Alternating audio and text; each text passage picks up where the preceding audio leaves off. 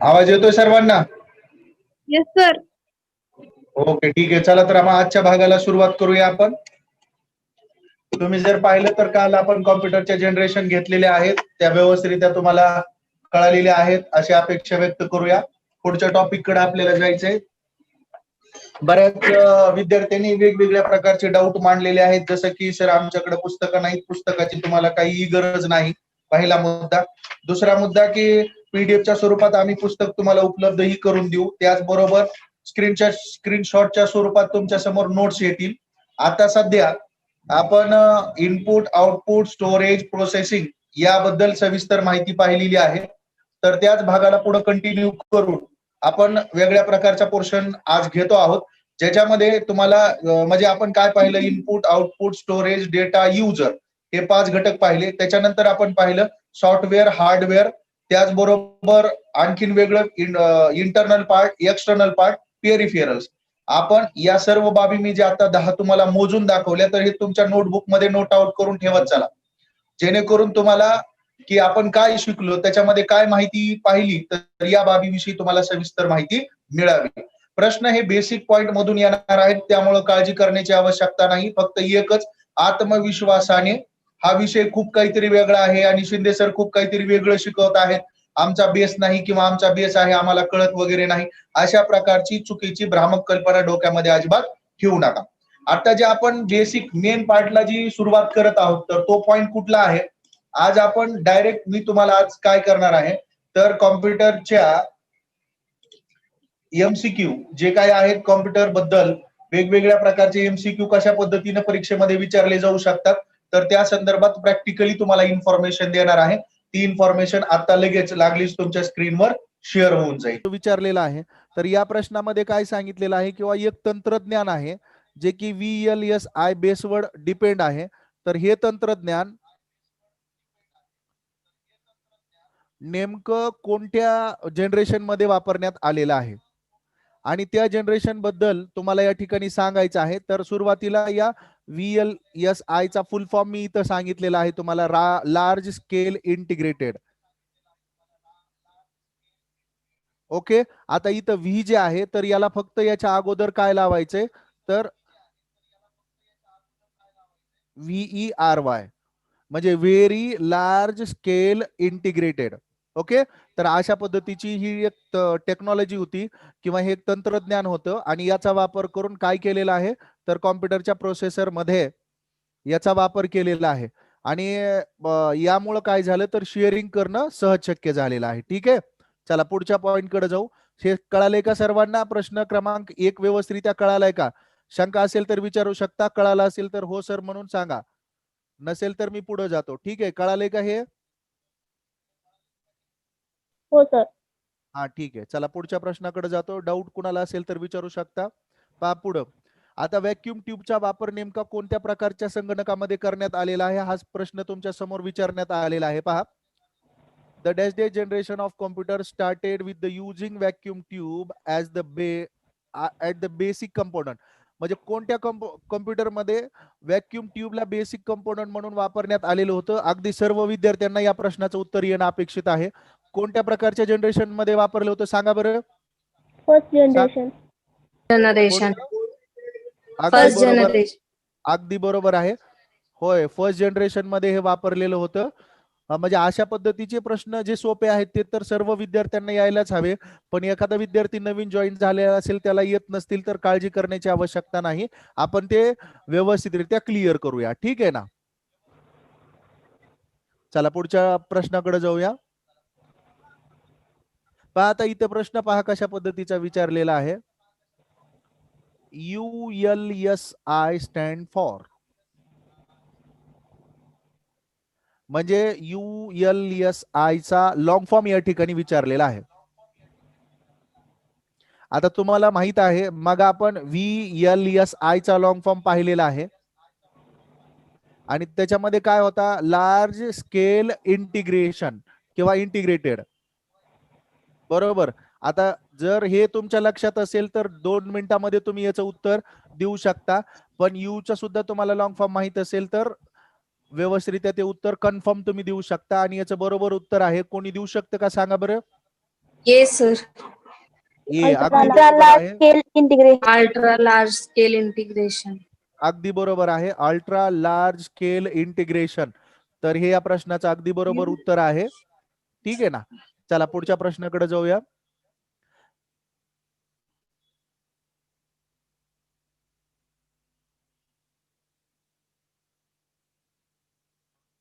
हा पाहिला. चला पुढं. हा आता पहा. In this generation time sharing real time network distributed operating system. हा सांगा बरं या ठिकाणी काय असेल ते. माझ्या समोर एक वेगळी स्क्रीन आलेली होती त्यामुळे मला पूर्ण प्रश्न वाचता नाही आला. तर पहा परत आणखीन कृपया विद्यार्थ्यांना विनंती आहे की तुमचे व्हिडिओ ऑन करू नका. लगेच ते माझ्या स्क्रीनवर पुढे येत आहेत व्हिडिओ. तर प्लीज व्हिडिओ ऑन करू नका. हा पहा. In this generation time sharing real time networks distributed operating system was used.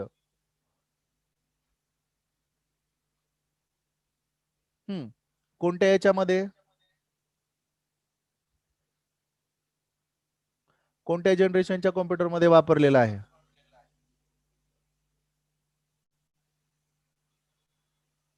बोला बीसीए चे विद्यार्थी बोला.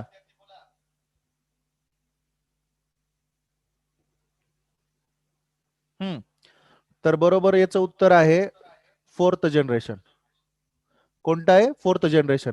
आता जर तुम्ही पाहिलं असेल तर मी ज्या वेळेला तुम्हाला एक्सप्लेनेशन दिलं पहिल्या प्रश्नाचं तर पहा या पहिल्या प्रश्नामध्येच मी तुम्हाला सांगितलेलं आहे या ठिकाणी VLSI.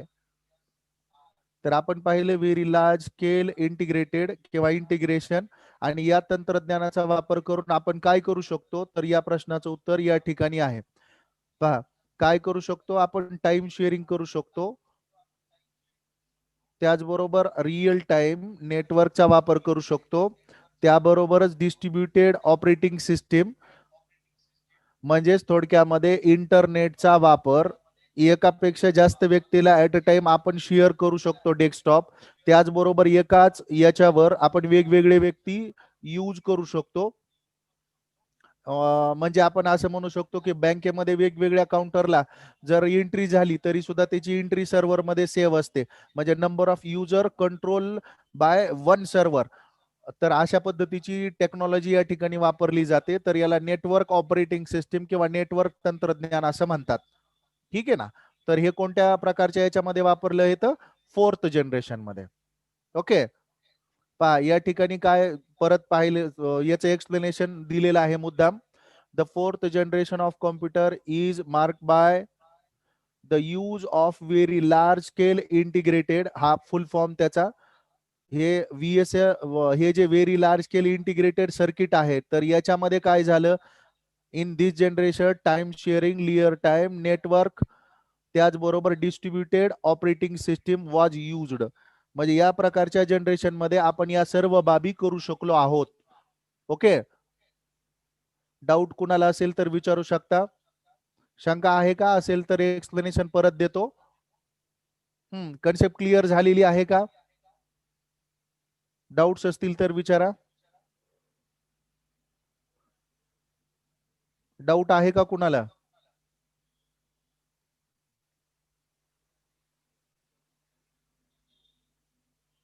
मी जे सांगतोय ते व्यवस्थितरित्या कळतंय का. डाऊट असेल तर सांगा नसेल तर पुढच्या पॉइंट कडे जातो.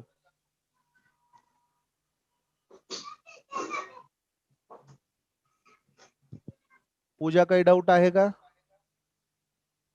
तुमचा माईक ऑन होतोय.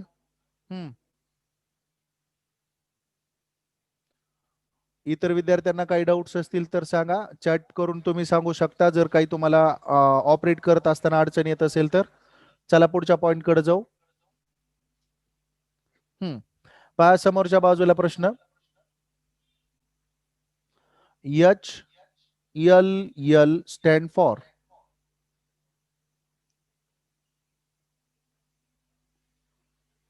प्रश्नाचं उत्तर द्यायचंय.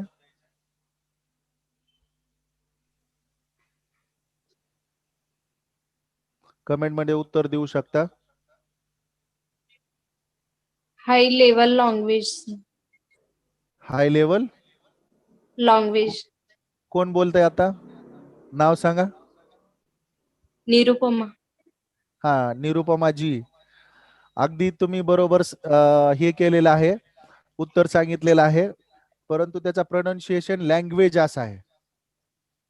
ठीक आहे लँग्वेज. ना? हा ठीक. तर हाय लेवल लँग्वेज पर्याय क्रमांक 1 हे या प्रश्नाचं बरोबर उत्तर असेल. Okay. HLL stand for. Okay. शंका असेल कुणाला तर विचारा. क्लिअर झालं असेल तर पुढे जातो.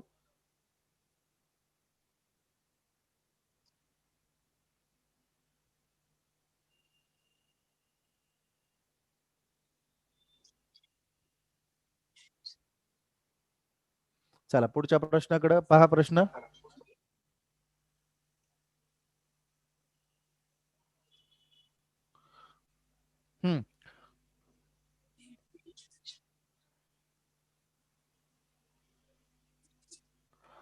वीर पूजा, तुम्ही तुमचा व्हिडिओ ऑफ करा.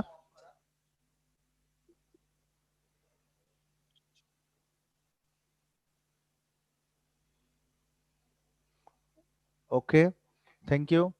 हा, स्क्रीनकडे व्यवस्थित लक्ष द्या. मुद्दाम हा प्रश्न घेतलेला आहे. मुद्दाम हा प्रश्न तुमच्या समोर घेतलेला आहे. मी याच्याविषयी काल एक्सप्लेनेशन दिलेलं आहे. सेकंड.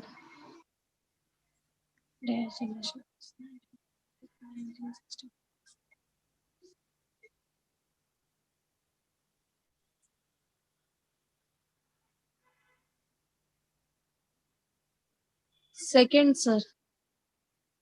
सेकंड. कोण उत्तर कोण सांगते? निरुपमा. निरुपमा. निरुपमा, तुम्ही कुठल्या क्लास मध्ये आहात? काय सर? तुम्ही कोणत्या क्लास मध्ये आहात?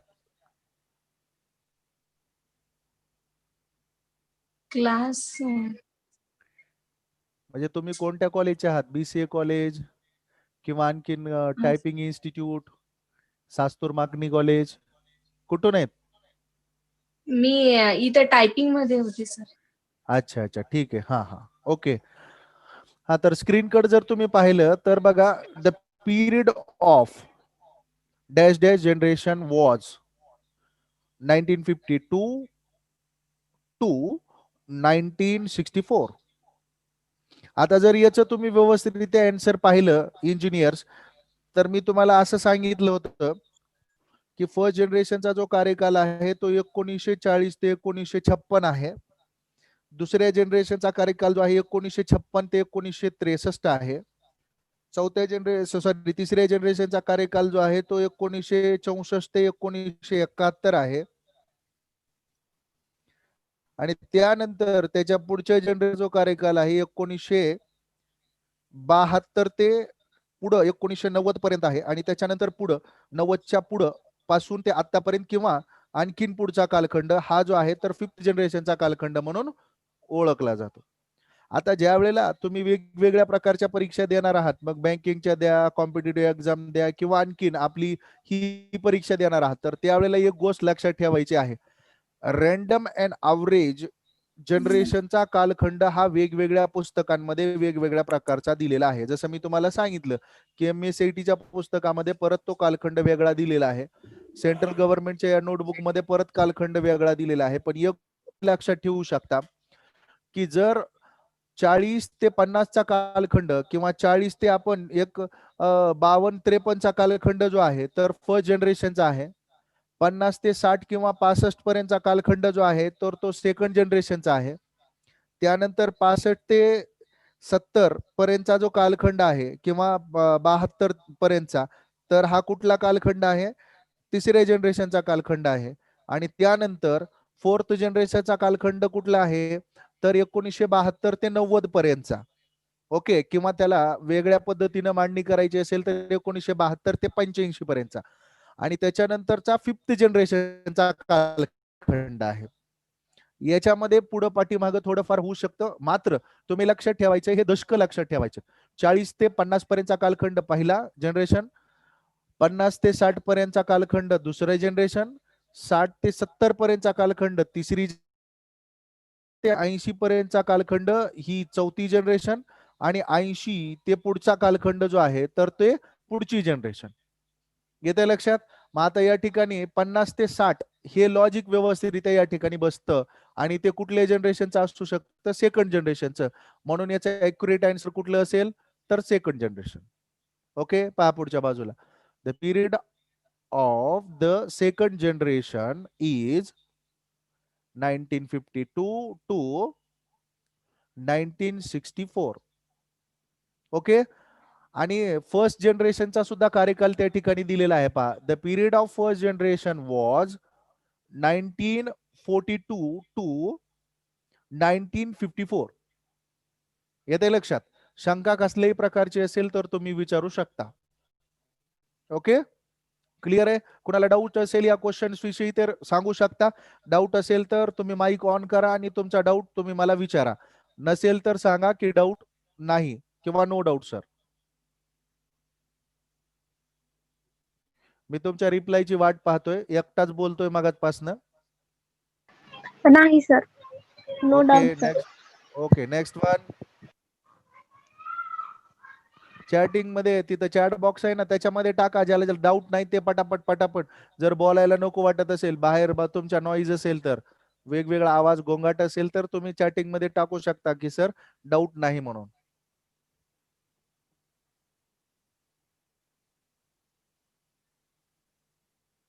आहे काही डाऊट? नाही सर. ओके, ठीक आहे. चला मग सुरुवात करूया पुढच्या भागाला. चला बर, आता एक गोष्ट लक्षात घ्या. मी फर्स्ट स्लाइड वर आहे आणि याच्यामध्ये हा क्वेश्चन नंबर 1 आहे.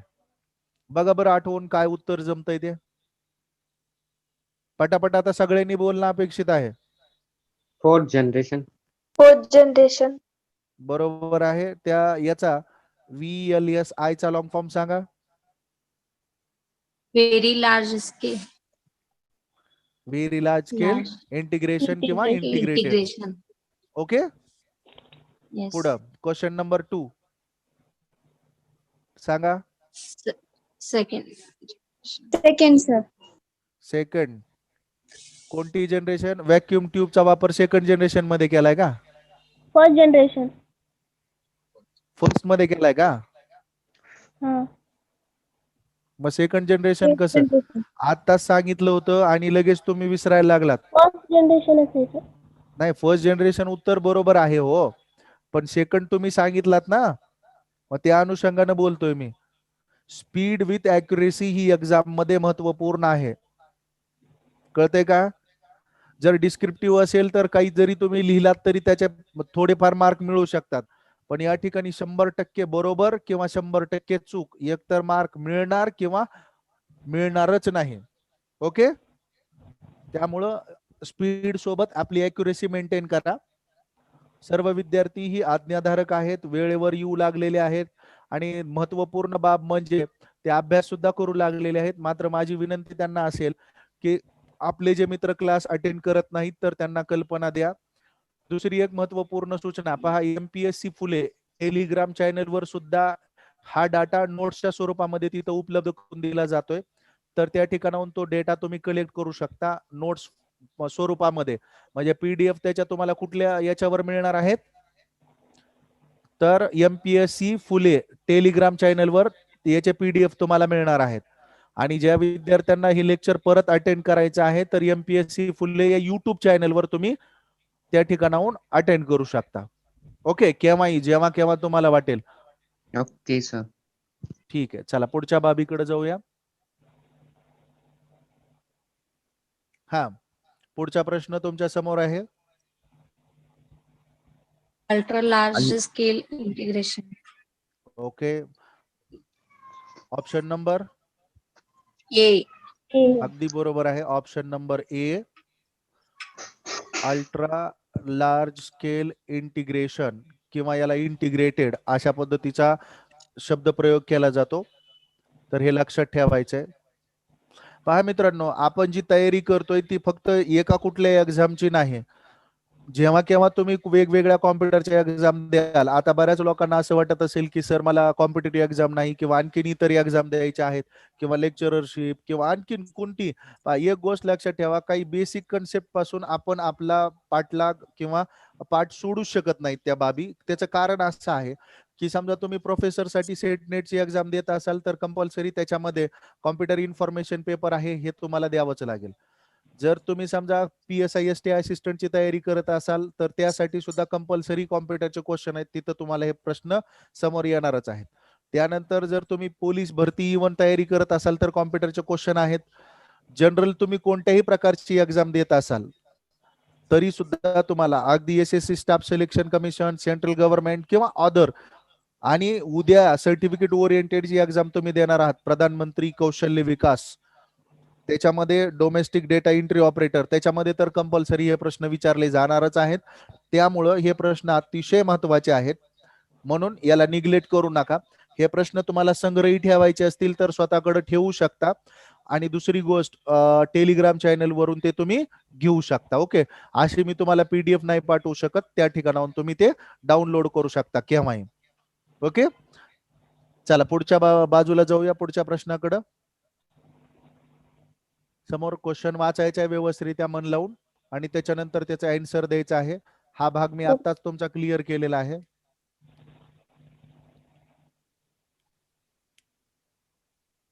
Fourth generation.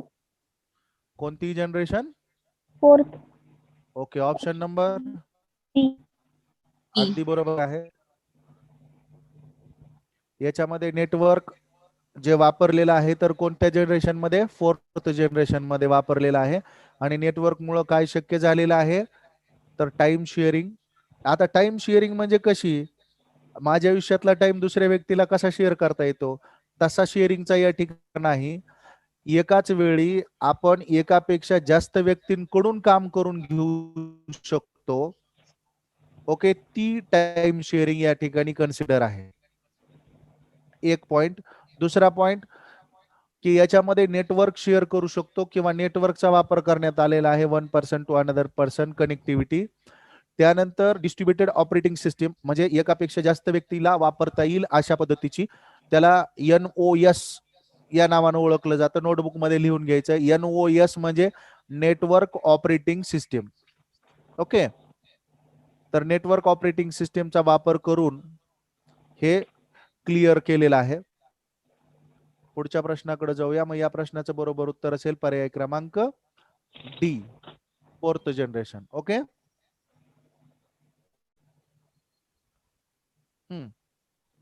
हाई लेवल या लँग्वेज. प्रश्न कोणता आहे? हाई लेवल लँग्वेज. हा, हाय लेवल लँग्वेज अगदी बरोबर आहे. पर्याय क्रमांक A हे या प्रश्नाचं बरोबर उत्तर असेल. नेक्स्ट जाऊया पुढच्या प्रश्नाकडं. पहा पुढं.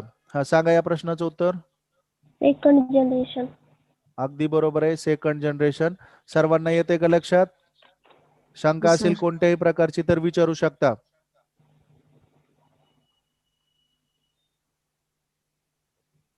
आहे कोणाला काही डाऊट? नाही. ओके, पहा पुढं. त्याचे एक्सप्लेनेशन आणि परत फर्स्ट जनरेशनचा या ठिकाणी पिरियड दिलेला आहे.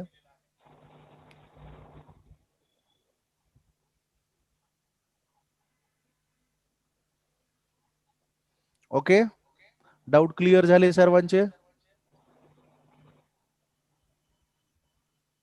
डाऊट्स क्लिअर झाले सर्वांचे? हो सर. हो. ठीक आहे, चला मग पुढच्या याच्याकडे जाऊया. स्क्रीनकडे पहा व्यवस्थितरित्या.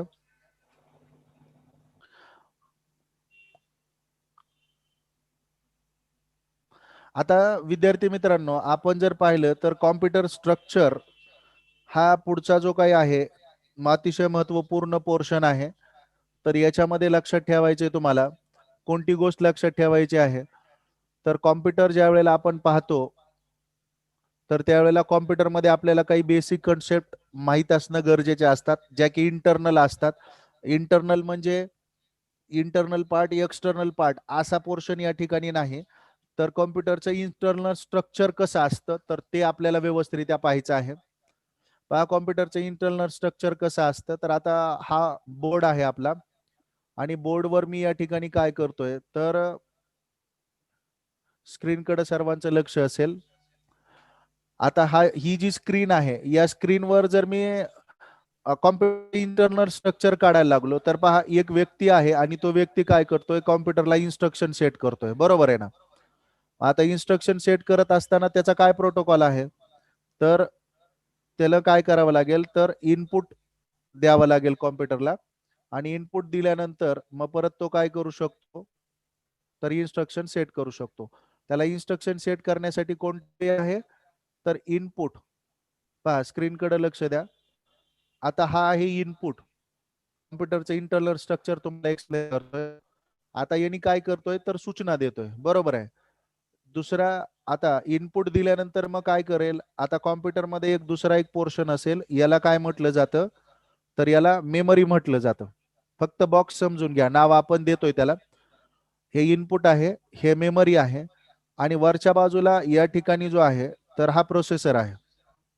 पहा आता कॉम्प्युटरमध्ये जर आपण पाहिलं, तर हा जो इनपुट आहे, तर या इनपुट मध्ये सॉरी हा जो प्रोसेसर आहे, तर या प्रोसेसर मध्ये लक्ष द्यायचंय सर्वांनी. एक दुसरा पोर्शन असतो आणि त्या पोर्शनला काय म्हटलं जातं याच्यामध्ये, तर त्याला कंट्रोल युनिट असं म्हटलं जातं. काय म्हटलं जातं, कंट्रोल युनिट. तर दोन पार्ट असतात त्याच्यामध्ये.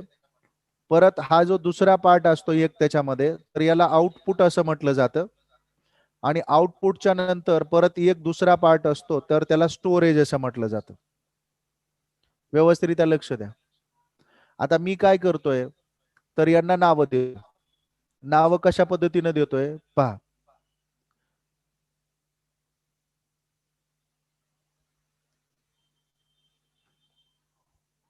आता इथं लिहिणं थोडस हे आहे, म्हणजे माऊसच्या साह्याने लिहावं लागतं. तर हे इनपुट आहे. अरे बापरे, हे खूपच वेगळंच काहीतरी होतंय. म्हणजे अशा पद्धतीनं लिहिणं थोडस माऊसच्या साह्यानं अवघड जाऊ शकतं. आपण काय करूया, तर टेक्स्टच्या साह्याने याच्यामध्ये मेन्शन करूया डाटा. हा टेक्स्ट आहे आपल्याकडं आणि हा टेक्स्ट या ठिकाणी इन्क्लूड करतो इनपुट. ओके. आता आपण इनपुट या ठिकाणी लिहिलं. इनपुटच्या नंतर ते इनपुट कोणाकडे जाणार आहे, तर मेमरीकडे जाणार आहे. किंवा याला दुसरा शब्द आपण वापरूया, रॅम.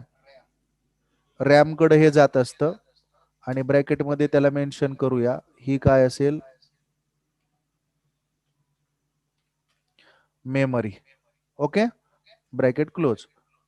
आणि हा जो वर्ड आहे, तर कुठे आपण लॉन्च करूया,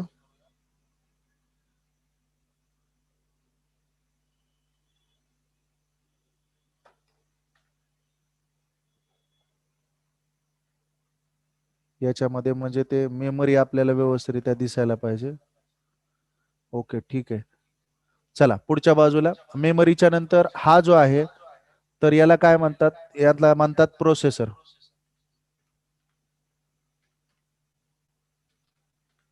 हा प्रोसेसर. ठीक आहे. या प्रोसेसर मध्ये दोन पार्ट असतात. पहिला असतो ALU, सॉरी त्या ठिकाणी AL आणि हा U. ओके.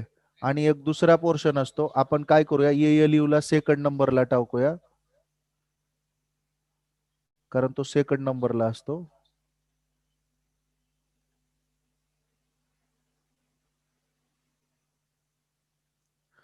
या ठिकाणी आपला ALU असेल,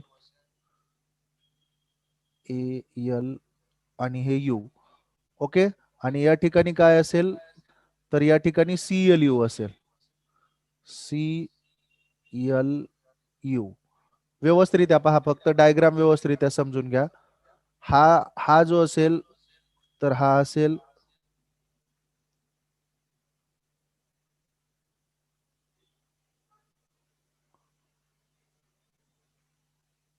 आउटपुट. जर कुठं स्पेलिंग मिस्टेक असेल तर मला कल्पना द्या. आणि त्याच्यानंतर हा जो असेल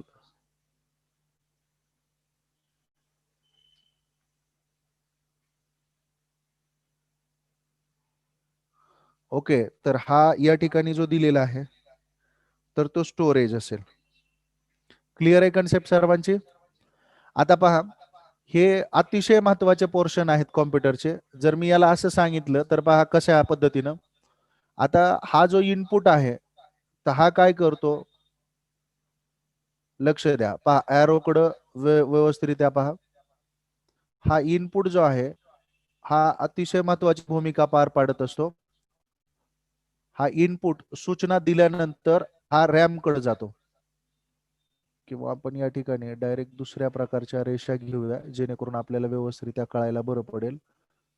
ही रेष. ओके, आता हा काय करेल, याला इनपुट सूचना दिल्याच्या नंतर सूचना कुठं घेऊन जातो, रॅम कडे घेऊन जाऊ. ओके, त्यानंतर पुढे पहा, हा सूचना दिल्याच्या नंतर रॅम कडे घेऊन जातो ही सूचना.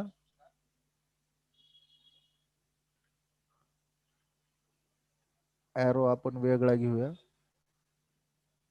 ही सूचना काय करतो, रॅमला देतो, आणि रॅमला सूचना दिल्याच्या नंतर रॅम काय करतो, ही सूचना जी आहे तर प्रोसेसरला देत असतो. प्रोसेसरला या पद्धतीने ही सूचना देत असतो. बरोबर. आता प्रोसेसर त्याच्यावर प्रक्रिया करतो, आणि प्रक्रिया करून काय करतो, तर डायरेक्ट तो आउटपुट शो करतो.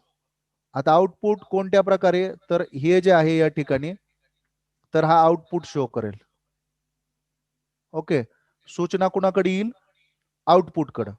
आणि जर त्याला गरज वाटली तर मग तो काय करेल, स्टोरेज कडे डाटा सेव्ह करेल.